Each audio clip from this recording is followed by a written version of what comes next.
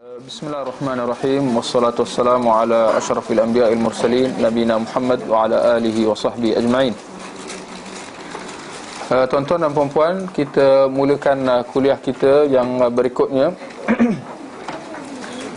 dalam kitab Syarhus Sunnah karangan Imam Al-Barbahari rahimahullah yang wafat pada tahun 329 Hijrah.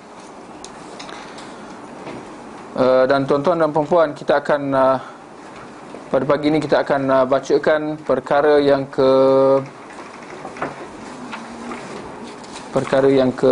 22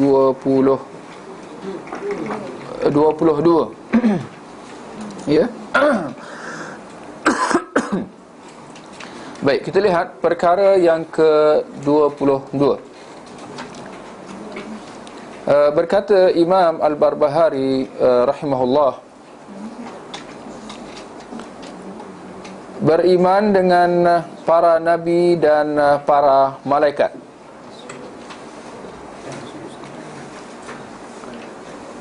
Rangkapnya ringkas lagi padat. Saya ingat kita ambil satu jalan dulu, ya. Imam Al-Barbahari dalam perkara yang ke-22 masih lagi menyebutkan tentang aspek-aspek akidah, ya. Bahkan kalau kita lihat dalam perkara yang ke-22 ni, dia jelas menyebutkan tentang aspek-aspek rukun iman, ya, iaitu beriman dengan para nabi dan juga para malaikat.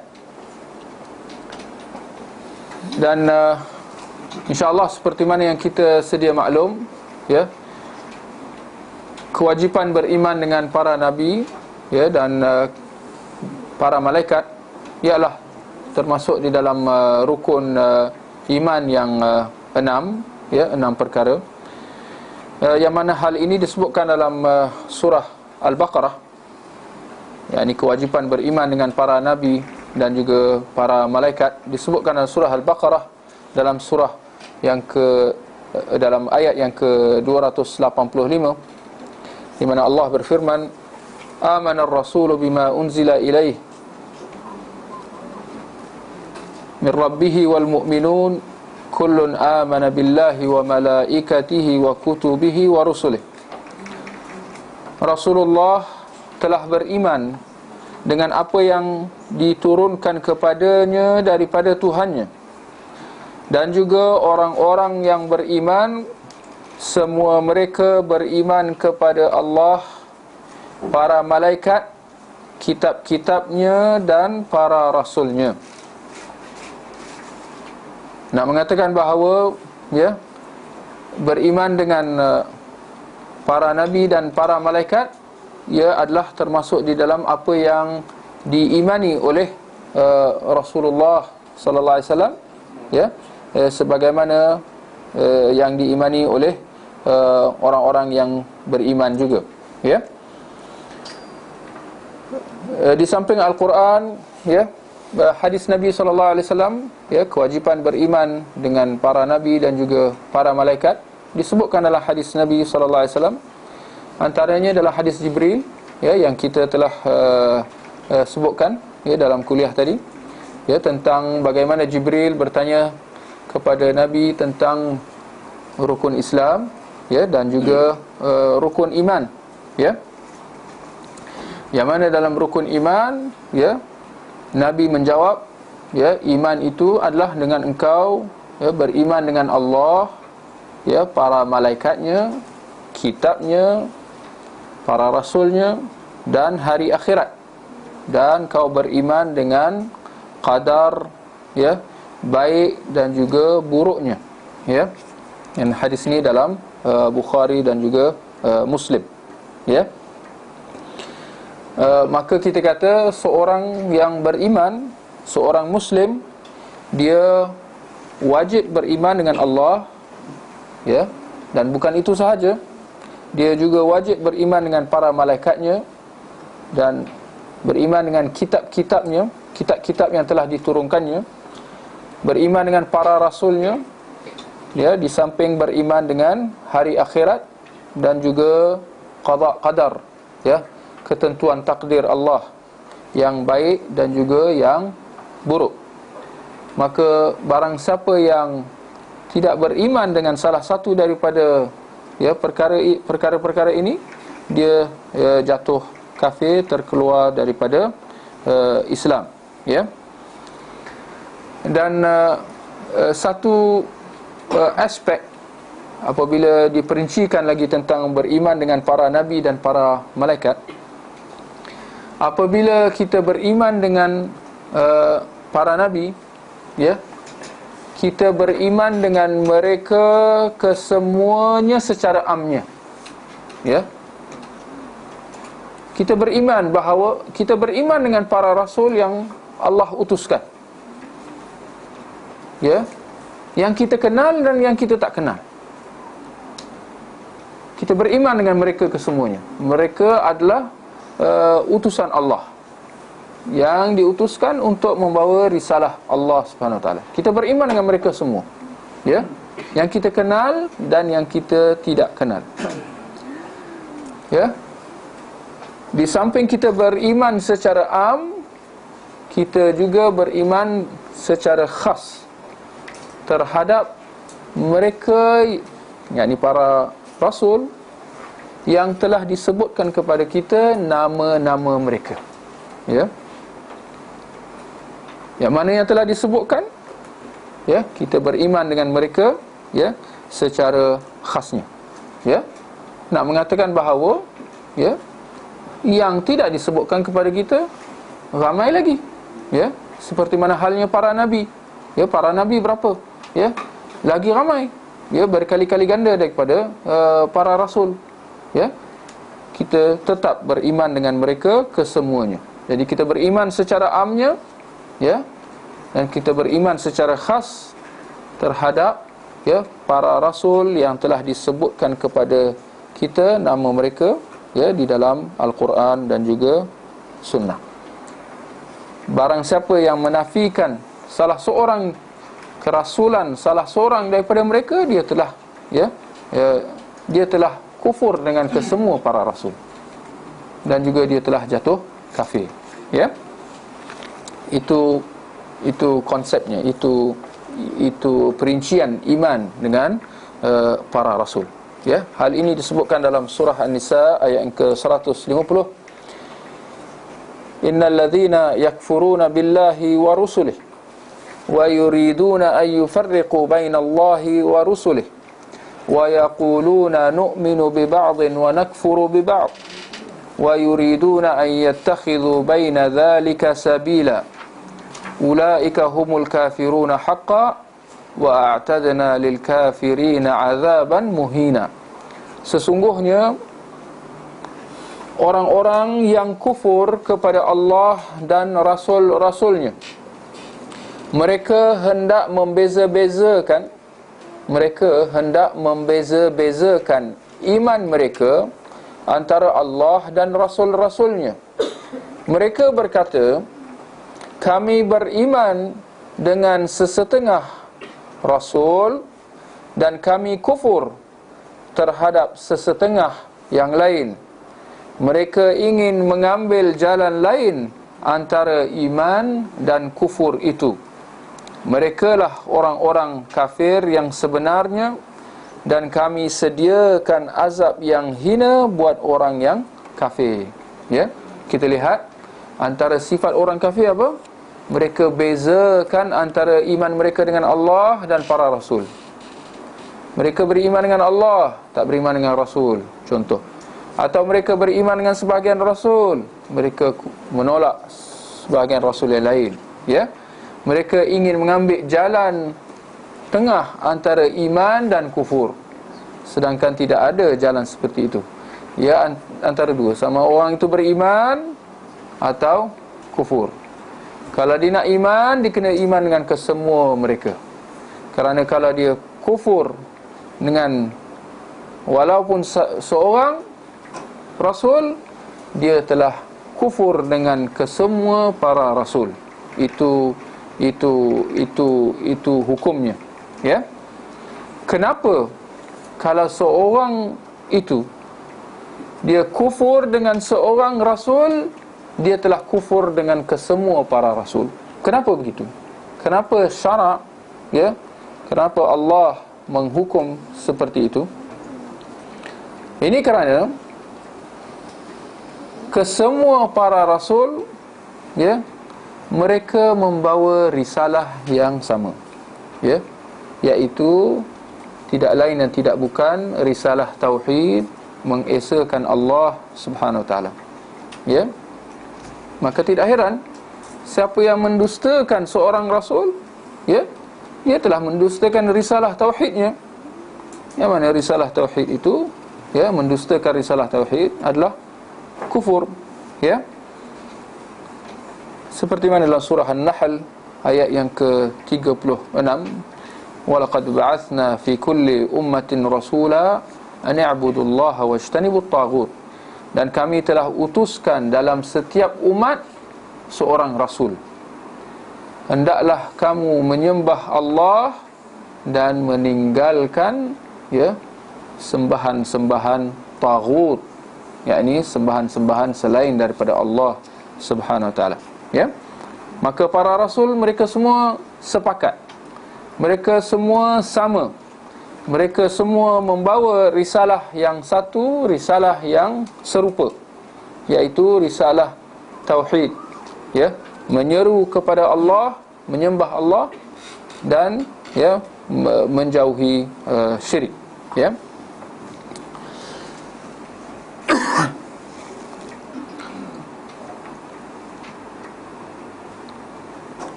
Maka kerana itu kita kata, ya, tidak menjadi sifat orang yang beriman. Sebaliknya ia adalah sifat orang yang kafir, ya, orang yang kufur, yang beriman dengan sebahagian para rasul dan menolak sebahagian para rasul yang lain. Ya, ini adalah sifat orang yang kafir, sifat orang kafir, ya. Seperti mana yang jelas dapat kita lihat, ya, pada orang Yahudi, ya, bagaimana mereka, ya, beriman dengan sebahagian para nabi mereka, ya, dan mereka kufur, ya, menolak risalah para rasul yang lain, bahkan mereka sehingga membunuh, ya, para rasul, seperti mana mereka telah kufur, ya, dengan Nabi Isa alaihissalam, ya, mendustakan risalah yang dibawakan oleh Nabi Isa alaihissalam. Bahkan mereka sehingga telah menohmah ibu Nabi Isa alaihissalam, Maryam, ya, sebagai penzina, ya, sehingga mereka telah berusaha untuk nak membunuh, ya, Nabi Isa alaihissalam di atas papan salib, ya. Dan mereka beranggapan bahawa mereka telah membunuhnya, ya. Dan sehingga ke hari ini mereka berbangga-bangga dengan perbuatan mereka itu, ya. Maka ini adalah sifat orang-orang Yahudi, ya. Seperti mana halnya orang Nasrani, mereka begitu juga, ya, beriman dengan sebahagian para rasul dan mendustakan, ya, para rasul yang lain, ya. Seperti mana mereka, ya, kedua orang Yahudi dan Nasrani, mereka sepakat, ya, mendustakan risalah, ya, Nabi Muhammad sallallahu alaihi wasallam, ya. Maka kerana itu akhirnya walaupun mereka beriman dengan rasul mereka, tetapi kerana mereka, ya, kufur dengan para rasul yang lain, kerana mereka kufur dengan Rasulullah sallallahu alaihi wasallam, mereka tidak beriman dengan risalah Nabi Muhammad sallallahu alaihi wasallam, mereka akhirnya dihukum sebagai kafir, ya, jatuh kufur, ya.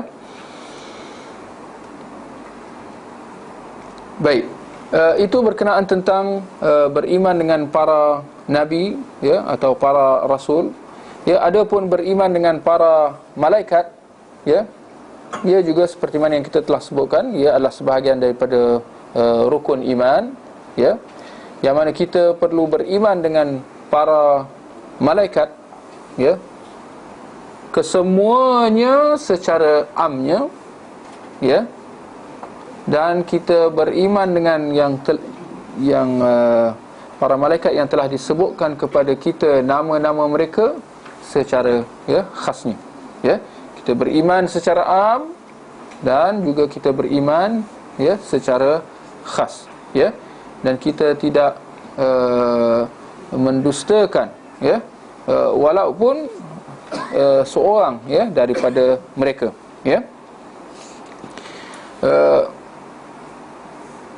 Menyebutkan tentang para malaikat, ia adalah makhluk yang Allah telah puji di dalam kitabnya. Allah telah memuji para malaikat di dalam Al-Quran. Di samping disebutkan sifat-sifat mereka dan kedudukan mereka yang hampir dengan Allah Subhanahu Wa Taala, telah disebutkan kepada kita bagaimana ibadah mereka, bagaimana mereka tunduk dan patuh kepada Allah Subhanahu Wa Taala, dan mereka sama sekali tidak derhaka walau sedikit pun terhadap Allah Subhanahu Wa Taala, dan bagaimana sifat takut mereka terhadap Allah, seperti mana yang disebutkan di dalam Al-Quran, innal ladzina 'inda rabbika la yastakbiruna 'an ibadatihi wa yusabbihuna lahu. Sesungguhnya para malaikat yang di sisi Tuhanmu, mereka tidak sombong daripada beribadah kepada Allah. Mereka terus bertasbih dan mereka terus sujud terhadap Allah Subhanahu Wa Taala. Yakhafuna rabbahum min fawqihim wa yaf'aluna ma yu'marun. Mereka takut terhadap Tuhan mereka di atas mereka, dan mereka melakukan apa yang diperintahkan. Surah An-Nahl ayat yang ke-50. Di samping sifat akhlak mereka, disebutkan juga kepada kita tentang sifat kejadian mereka, di mana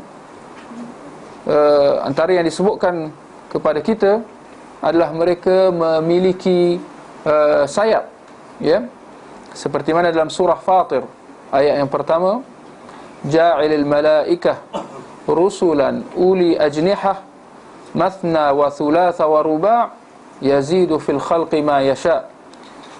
Allah yang telah menciptakan malaikat sebagai utusan yang memiliki sayap-sayap 2, 3 dan 4, dan Allah menambahnya dengan bilangan yang diingininya. Nak mengatakan bahawa malaikat ni bersayap. Ada yang bersayap 2, bersayap 3, 4, ada yang lebih daripada itu. Bahkan Rasulullah sallallahu alaihi wasallam telah melihat Jibril alaihi salam dalam bentuk rupanya yang sebenar. Dalam hadis Jibril tadi, dia datang dalam bentuk manusia. Ini antara kelebihan luar biasa yang Allah berikan kepada para malaikat. Mereka boleh bertukar bentuk, jadi manusia. Jibril datang, masuk halaqah Nabi sallallahu alaihi wasallam dalam bentuk manusia. Syaitan pun begitu, dia boleh menampakkan dirinya dalam bentuk manusia. Nak mengatakan bahawa Rasulullah telah melihat Jibril dalam rupa bentuknya yang sebenar 2 kali.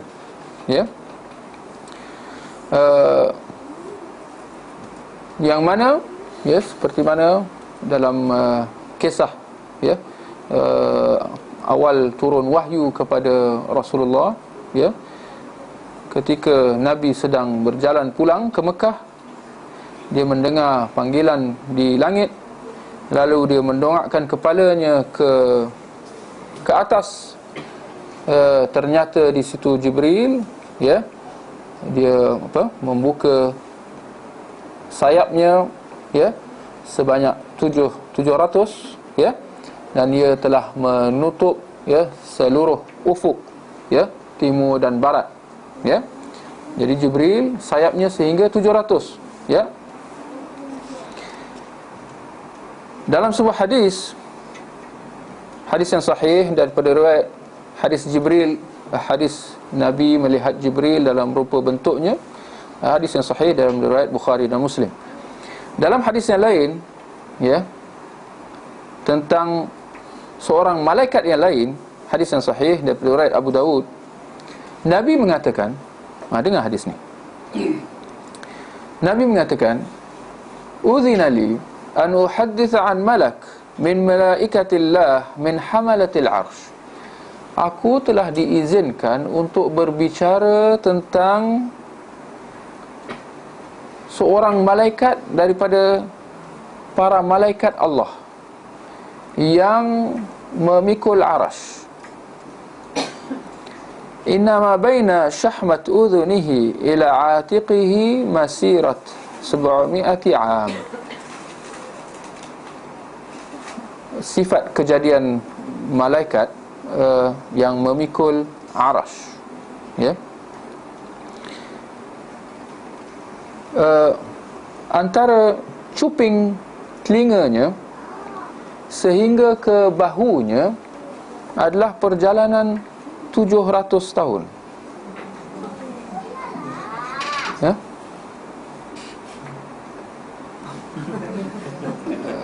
Antara cuping telinganya sehingga ke bahunya perjalanan, ya, perjalanan, ya, 700 tahun. Perjalanan 700 tahun berapa? Ya. Nabi, pada zaman Nabi, Nabi bermusafir daripada, kalau Madinah ke Mekah, jaraknya berapa? 400 km, mengambil masa 2 minggu, 14 hari.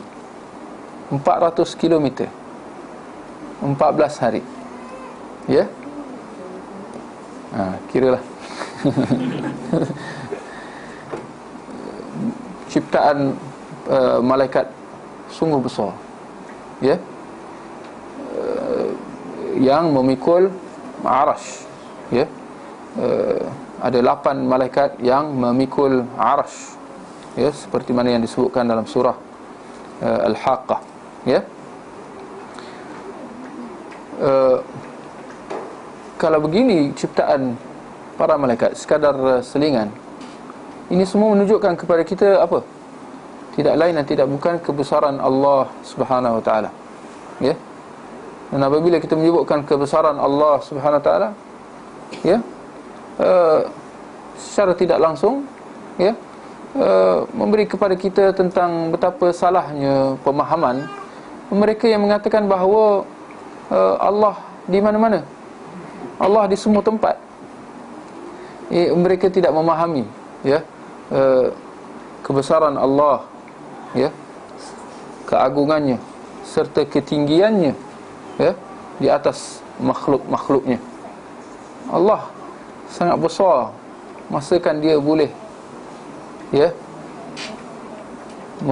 masakan dia boleh, alam ini cukup untuknya. Alam ini cukup untuk kebesarannya, ya. Allah Maha Besar, Maha Agung, Maha Tinggi, ya. Juga telah disebutkan kepada kita tentang tugas-tugas, sebahagian daripada tugas-tugas para malaikat, ya. Yang mana antaranya yang dapat kita sebutkan di sini, adanya malaikat yang ditugaskan untuk menurunkan hujan, ya. Dan di sini saya ingin menyebutkan sebuah hadis yang insya-Allah menarik, ya, untuk kita semua, tentang malaikat turunkan hujan. Ya. Bolehlah kita buat kesimpulan kenapalah tak hujan-hujan.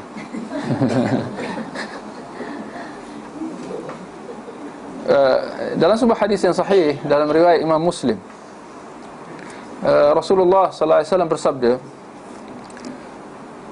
bainama rajulun bi falatin min al-ard, tatkala seorang lelaki berjalan di tanah yang lapang, fasami'a sautan fi sahabah, dia terdengar suara di langit, di awan. Dia terdengar suara di langit, di awan, fi sahabah, di awan-awan. Asqi hadiqat fulan, siram taman si fulan. Suara di langit menyuruh supaya disiram taman, atau panggil apa? Taman, kebun. Siram kebun si fulan, disebutkan namanya. Dan dia mendengar namanya. Lelaki ini mendengar nama orang itu. Fatanaha dzalika as-sahab, maka awan itu pun bergerak ke satu arah. Fa afragha ma'ahu fi harrah, lalu dia membuka isinya dan mencurahkan airnya di situ. Fa idza sharjatan min tilka asy-syaraj qad istaw'abat dzalika al-ma'u kulluh, maka penuhlah kawasan tempat hujan itu turun, ya, basah, ya, air berkumpul, ya, dan mengalir, ya, di sungai-sungainya. Fatabi'al ma, maka si lelaki tadi pun ikut, ya, ke tempat hujan tadi itu turun. Sebab dia tadi dekat kawasan lapang, ya, di padang pasir. Maka tahulah padang pasir macam mana keadaan dia kan, kering kontang kan. Maka bila ada hujan, dia boleh nampak, ya, kawasan basah dia boleh nampak. Fa idza rajulun qa'imun fi hadiqatihi yuhawwilu al-ma' bimasahatihi, ternyata apabila disampai, dia mendapati ada seorang lelaki, ya, sedang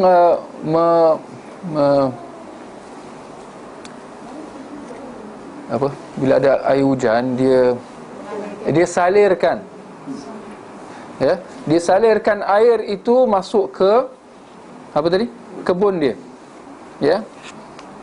Faqala lahu ya Abdullah ma ismuk, maka si laki ni pun tanya kepada orang ni, wahai Abdullah. Abdullah ni bukan nama, ini panggilan, ya. Kita orang Melayu kalau tak tahu nama panggil apa? Pakcik, ataupun kalau nampak orang sikit, bos, ya.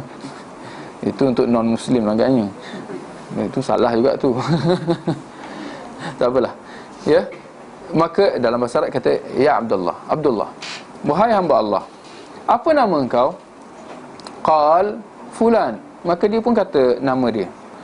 Lil ismi alladhi sami'ahu fi sahabah, dia menyebut nama yang dia terdengar disebut nama itu di langit tadi. Faqalalah lima tas'aluni an ismi, kenapa si tukang kebun, ya, dia tanya kepada lelaki ni, kenapa engkau tanya nama aku? Faqal inni sami'tu sawtan fi as-sahab alladhi hadha ma'uhu yaqul isqi hadiqat fulan li ismik, kerana aku mendengar tadi suara bunyi di langit menyebut supaya disiram kebun si fulan yang mana ya nama engkau, ya. Fama tasna'u fiha, maka apa yang kau buat dengan kebun engkau ini? Kerana jelas kebun engkau ni ada keunikan dia, sehingga kan ada awan diwakilkan untuknya, ya, dihantar semata-mata untuknya. Qal Amma idza qulta hadza, adapun mengenangkan engkau telah menjelaskan hal ini, fa inni anzur ila ma yukhruju minha, maka aku akan melihat hasil tanaman daripada kebunku ini, fa atasaddaq bi thuluthih, maka aku akan daripada hasilnya aku akan bersedekah sepertiganya, wa akul ana wa iyali thuluthan, aku dan keluargaku akan memakan 1/3-nya, wa aruddu fiha thuluthah, dan aku akan mengembalikan ke tanah semula 1/3-nya. Kata 1/3 sedekah, 1/3 untuk keluarga, 1/3 dikembalikan ke tanah. Ini orang yang cucuk tanam tahulah, kita ni tak tahu. Dia kena tak tahu. Cuba jelas sikit, cerita sikit, syarah sikit. Tuan meja, kenapa nak dikembalikan 1/3 balik? Baja lah kan. Saya nampak macam tu lah. Dia orang bila, ya, saya tengok kalau kat highway tu lah, bila dia orang potong apa, pokok-pokok kelapa sawit tu, dia orang tak angkat kayu tu, potong pokok. Ni pokok dah besar, dah berbuah, dah uzur, dah tak buah lagi dah. Nak buat apa? Potonglah supaya tanam baru. Tapi bila dipotong, kayu tu dia tak buah, dia biar kat situ. Saya faham macam tu lah, saya nampak macam tu lah. Dia biar, dia potong, maksud dia biar kayu tu kat situ juga. Itu maksud dia, ya. Dikembalikan balik 1/3-nya, ya, ke bumi balik, supaya dia berkitar balik, ya. Maka si lelaki itu pun kata, maka itulah, kerana itulah, ya, ya, kerana itulah, ya, Allah mengutus kepada kebun engkau, ya, malaikat, ya, yang bertugas menjaga awan, ya, menghantar, ya, dan menurunkan hujannya, ya. Baik, saya ingat sampai di situ, ya, untuk hari ini. Kalau ada sebarang tanyaan sebelum kita mengakhiri kuliah pada pagi ini.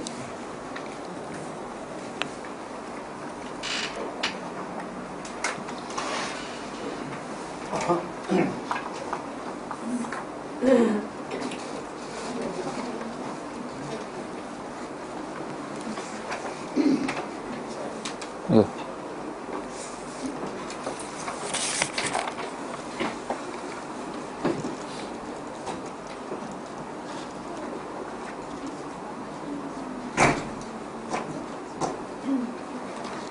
Tujuan azan dilaungkan adalah untuk mengajak manusia solat. Ada hadis menyebut bahawa syaitan lari, ya, terkentut-kentut bila azan dilaungkan. Adakah praktikal untuk azan dilaungkan kepada orang yang histeria atau kerasukan, ya? Adakah disyariatkan untuk kita azan, ya, kepada orang yang histeria atau kerasukan? Syekh Al-Albani rahimahullah, dia melihat bahawa orang yang kena sihir cukup sahaja, bukan cukup sahaja, boleh sahaja atau hanya sahaja boleh digunakan Al-Quran sahaja, ya, untuk merawatnya. Maknanya dibacakan Al-Quran kepadanya, itu sahaja, ya. Maknanya tidak ada azan, tidak ada soal jawab, ya, tidak ada asap-asap lagilah, tidak ada apa, bawang, apa, kunyit, pulut, lada hitam, garam, ya, dan sebagainya, ya. Apa yang diizinkan oleh syarak untuk kita untuk merawat kerasukan, sihir, ya, dan seumpamanya, ya, hanya Al-Quran sahaja, ya. ambillah rawatan ini dan jadikan dia sebagai panduan. Jangan kita lebih daripada itu. Kerana kalau kita lebih, dia silat air bulan dia tidak akan ada kesudahan, ya. Maka akan banyaklah benda-benda khurafat. Ada yang barangkali ada yang cuba membuat qiyas, ya, mengenangkan bahawa azan ternyata mujarab, ya, untuk menghalau syaitan ketika nak solat, ya. Bila solat kan Rasulullah kata syaitan lari, ya, sampai terkentut-kentut, ya. Maka qiyas di sini maknanya logiknya adalah kalau orang yang kena rasuk ni pun kalau dibaca azan dia larilah, kentut lagi lah sekali, ya. Kita kata ini logik, ya, ini logik. Benda-benda ghaib ni dia tak kenal logik, ya, dia bukan ikut logik kita, ya. Benda-benda ghaib dia ikut apa? Ikut ketetapan Allah Subhanahu Wa Taala yang kita tak tahu, ya. Bukan ikut logik kita. Sebab dia adalah makhluk yang di luar batasan apa yang kita boleh nampak, ya. Jadi kita tak tahu bagaimana dia, apa sifat dia, apa tindak tanduk dia, apa yang dia buat, apa dia sedang buat, apa yang dia nak buat, apa dan sebagainya. Kita tak tahu. Ini benda-benda, ya, jin, syaitan, ini semua adalah makhluk halus, makhluk di alam ghaib yang kita tak nampak, ya. Yang mana akhirnya bagaimana kita nak menyelesaikan masalah sihir ni, ya. Maka kita kata tidak lain dan tidak bukan kecuali dengan panduan wahyu yang diturunkan buat kita untuk menyelesaikan benda-benda yang tak nampak ni, ya, iaitu dengan Al-Quran, ya. Tidak ada ruang untuk kita nak menggunakan logik di sini. Kerana kalau kita buat ruang untuk logik, ini datang bawang, pulut semua ni, mana logiknya? Bagi orang tu ada logik, awak tak nampak. Tapi itulah akhirnya logik ini berbeza daripada seorang kepada satu orang, ya. Kita mengatakan bahawa kalau mereka mengatakan bahawa itu logik, kita kata itu tak logik, ya. Kerana hadis itu menyatakan bahawa ia adalah azan untuk solat. Dia tidak mengatakan bahawa syaitan akan lari apabila dikumandangkan azan untuk orang yang sihir. Mana logiknya, ya? Tak logik, ya. Dia lari apabila, ya, dikumandangkan azan itu untuk solat, ya. Maka kita kata itu sahaja, kita berhenti di situ, ya. Juga ada yang bila kena rasuk, yang saya dengar, ya, si tukang apa panggil dia? Tukang bomoh lah. Sekarang dah canggih sikit panggil ustaz. Ustaz bomoh. Dia akan tanya dia. Bukan tanya marah buka. Kenapa kamu datang sini? Kenapa kamu kacau si Halimah? Apa lagi? Siapa hantar kau? Kenapa kau tak nak keluar? Apa yang kau nak? Kau dari mana? Kau Islam ke kafir? Ya. Syekh Albani, ya. Dia menyebutkan tentang hal ni, ya. Kerana zahirnya masalah bomoh ni bukan kat Malaysia je, bahkan di seluruh satu dunia agaknya, ya, dengan negara Islam sejak zaman berzaman masalah ni, ya. Jadi Syekh Albani kata perbuatan bersoal jawab dengan syaitan kononnya ini adalah satu perbuatan memomokkan orang yang ada kat keliling itulah, ya. Sama ada tukang bomoh tu membodohkan diri dia sendiri, atau dia membodohkan diri dia dan dia membodohkan orang kat tepi-tepi dia. Kenapa Syekh Albani kata? Syekh Albani kata, awak sedang berbicara dengan makhluk yang awak tak nampak, yang mana jawapan dia Boleh jadi benar, boleh jadi tak benar. Kalau dah boleh jadi benar, boleh jadi tak benar, maknanya 50-50. Apa faedahnya? Jawapan dia semua tak boleh pakai, sebab tak tahu benar ke tak benar. Kan? Kalau Syekh Albani kata apa? Kita manusia ni, kalau kita ada peristiwa, ada pengalaman di mana kita ada kawan yang cukup rapat dengan kita, kita kenal dia, dia kenal kita, kita percaya dia, kita tahu hujung, kita tahu tempat tinggal dia, kita tahu mak bapak dia, kita tahu, semua kita tahu. Kita percaya kat dia, dia cakap apa kita percaya. Tetapi ternyata boleh menipu juga. Dia boleh khianat juga kat kita. Boleh? Boleh tak? Boleh berlaku tak? Mustahil? Tak. Berlaku banyak kat keliling. Bagaimana kawan rapat kita mengkhianati ya. Macam tak payahlah. Kan? Boleh berlaku kan? Ini kan pula syaitan. Syaitan yang sifatnya apa? Sadaqaka wa huwa kadhub. Rasulullah kata tentang satu peristiwa di mana syaitan menjelma jadi manusia bertemu dengan Abu Hurairah dalam satu kisah. Akhirnya Nabi kata dia berkata benar sedangkan dia adalah penipu. Syaitan sifatnya penipu. Ini disebut, ditegaskan di dalam syarak. Syaitan kerja dia apa? Innahu aduwwun lakum. Dia adalah musuh kamu. Maka jadikan dia sebagai musuh. Musuh boleh percaya ke cakap dia? Kalau kita percaya, kita lah orang yang paling tak cerdik kan? Kerana apa yang dikata kat kita sebenarnya adalah muslihat untuk memakan kita. Ya. Lebih-lebih lagi ciri-ciri muslihat tu kita boleh nampak. Apa dia? Iaitu apabila si Tok Bomoh yang dia konon-konon dia cerdik, dia pergi tanya dia, siapa buat engkau? Itu soalan nak menjerat diri sendiri atau nak menjerat orang Islam lah, ya, nak menjerat mangsa atau kaum kerabat dia. Apabila jawapan dia apa? Oh, yang buat aku jiran sebelah Tok Abu. Apa jadi? Kan dah bergaduh, ya. Kan keluarga tu gila ke punya Tok Abu. Percaya bulat-bulat tu satu hal, lepas tu nak bertindak kepada Tok Abu dua hal pula, kan?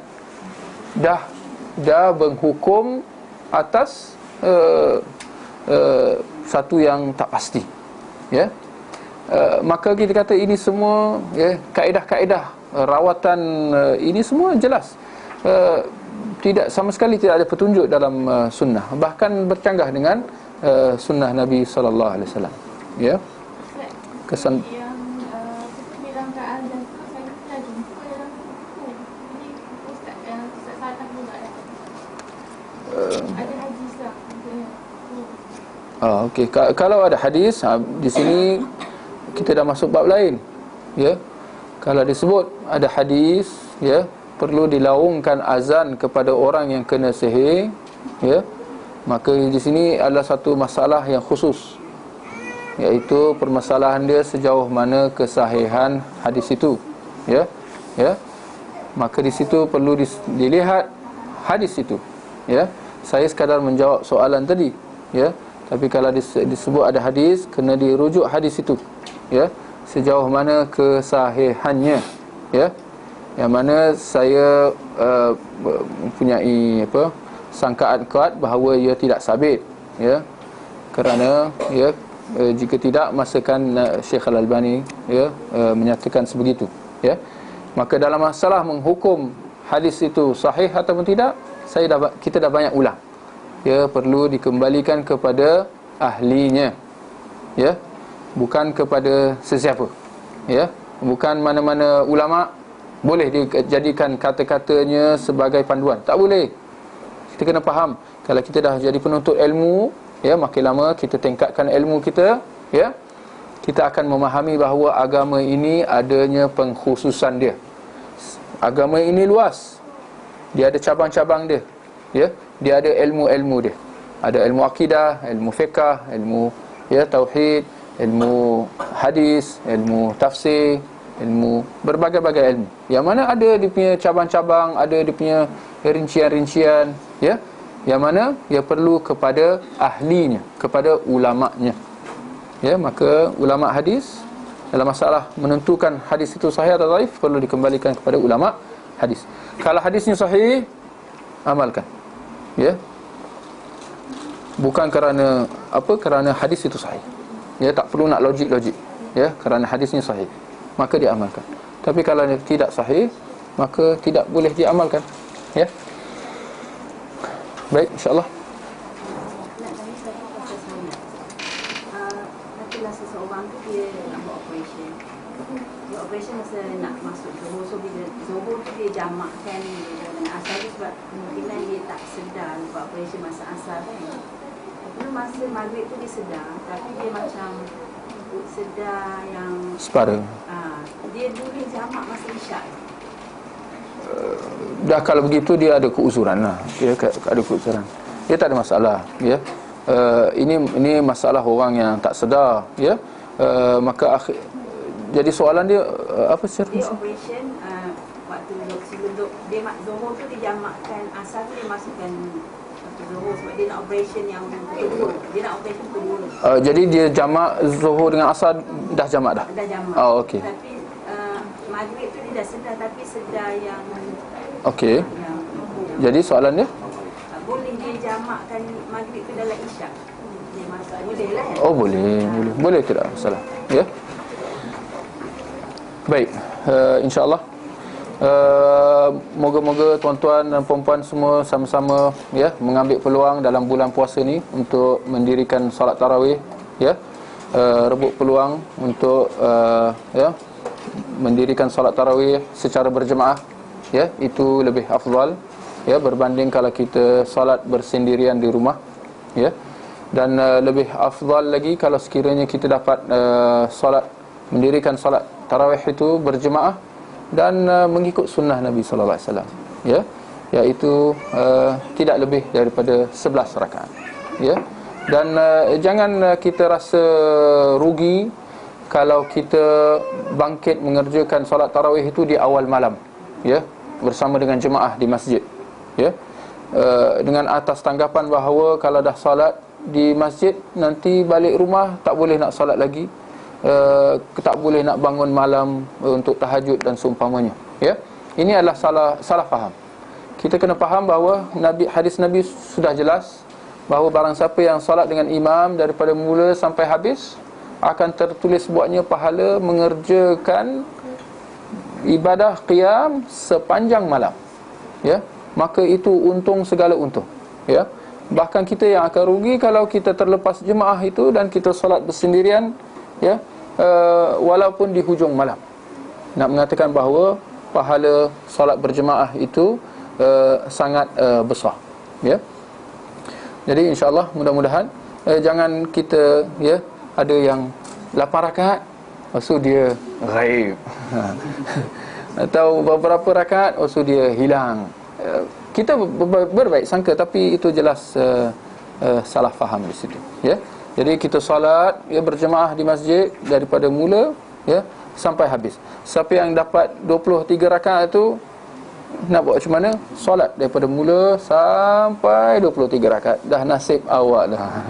Dah nasib badan dah, ya. Tapi insya-Allah pahalanya tetap diperolehi, iaitu mengerjakan solat sepanjang malam, ya, insya-Allah, ya. Sama saja, ya. Walaupun secara prinsipnya perempuan solat di rumah, ya, tetapi kita tak nafikan bahawa kelebihan solat berjemaah di masjid ada kelebihannya yang tersendiri, ya. Tapi cuma kita kena ambillah mana satu, ya. Sekiranya tidak ada fitnah, ya, sekiranya seorang perempuan tu merasakan bahawa dia lebih khusyuk, dia lebih bersemangat solat berjemaah, maka kita kata itulah lebih afdal buatnya, insya-Allah. ya. Wallahu a'lam. Ya. Subhanakallahumma wa bihamdik asyhadu an la ilaha illa ant astaghfiruka wa atubu ilaik.